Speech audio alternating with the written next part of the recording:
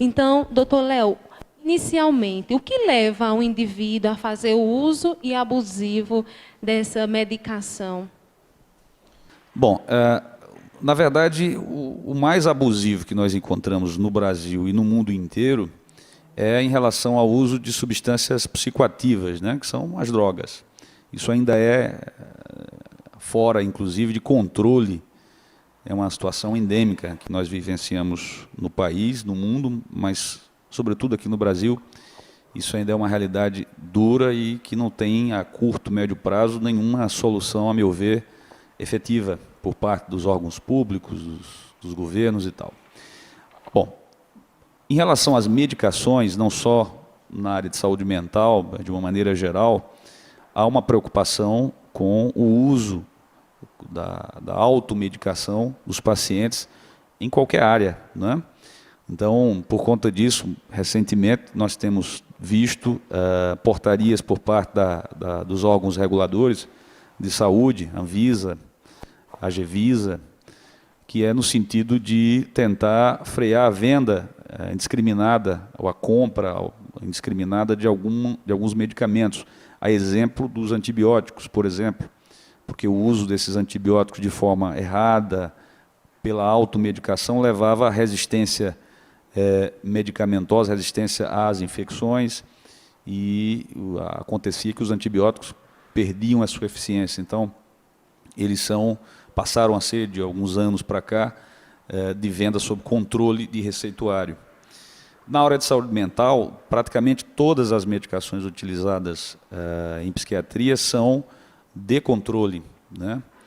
Mas, resumindo, a situação é que, por um lado, temos pacientes que têm dificuldades em aceitar a medicação ou de cumprir a medicação à risca, porque acha que vai ficar dependente da medicação ou criar o estigma pelo uso da medicação. Por outro lado, ainda temos casos também, no outro extremo, de pacientes que se automedicam, porque uma vizinha toma um antidepressivo e que melhorou, a vizinha indica a sua amiga para tomar o mesmo antidepressivo porque vai resolver.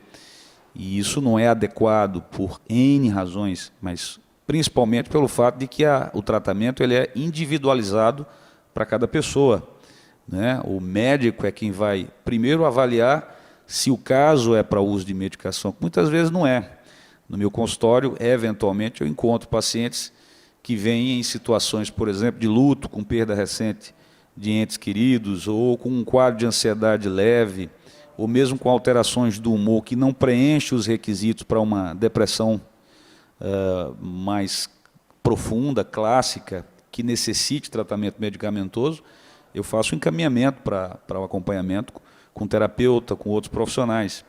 Mas quando há indicação de medicação, essa medicação ela tem que ser escolhida dentro do perfil desse paciente, que leva-se em conta a idade, o sexo que eu digo, sexo masculino e feminino, se tem outras comorbidades, se o paciente tem doenças clínicas associadas, se é hipertenso, se é diabético, se tem outras doenças que toma outras medicações, porque as medicações sofrem interferência, e a partir daí se estabelece um plano terapêutico individualizado. Então, o grande problema é que as pessoas ou não querem tomar a medicação eventualmente, ou o fazem por indicação de vizinhos, de amigos, de familiares, ou de farmacêuticos, sem traçar o diagnóstico correto, a conduta adequada e o perfil do tratamento próprio.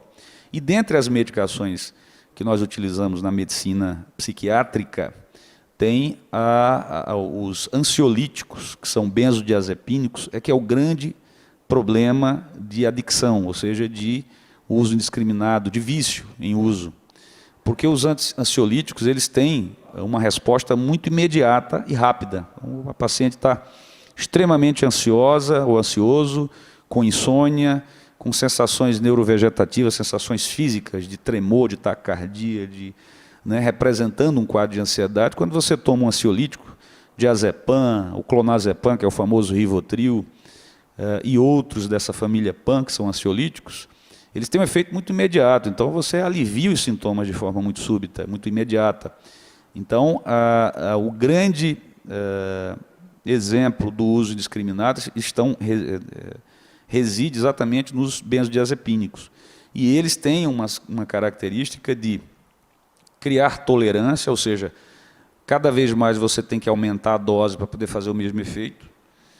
Tem dependência, ou seja, você passa a, quando não usa mais essa medicação, ter sintomas de ansiedade, e o paciente acha que precisa tomar o medicamento porque ainda é portador da ansiedade, porque quando tenta parar, sente os sintomas de ansiedade, mas na verdade já não é mais ansiedade.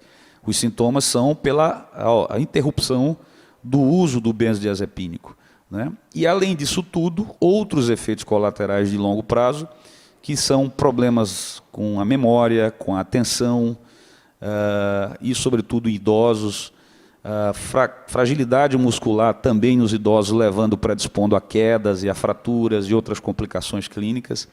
Então, eu também tenho visto, na prática corrente de consultório, de ambulatório, pacientes medicados com uso crônico de ansiolíticos e que a gente precisa tirá-los de forma gradual, não dá para interromper.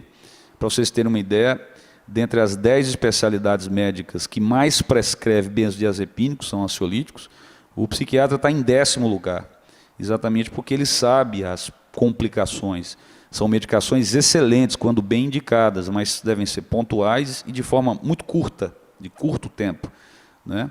Mas outros profissionais médicos, clínicos, cardiologistas, ginecologistas, costumam ainda prescrever ansiolíticos de forma indiscriminada e quando chega para nós, né, chega diante desse quadro.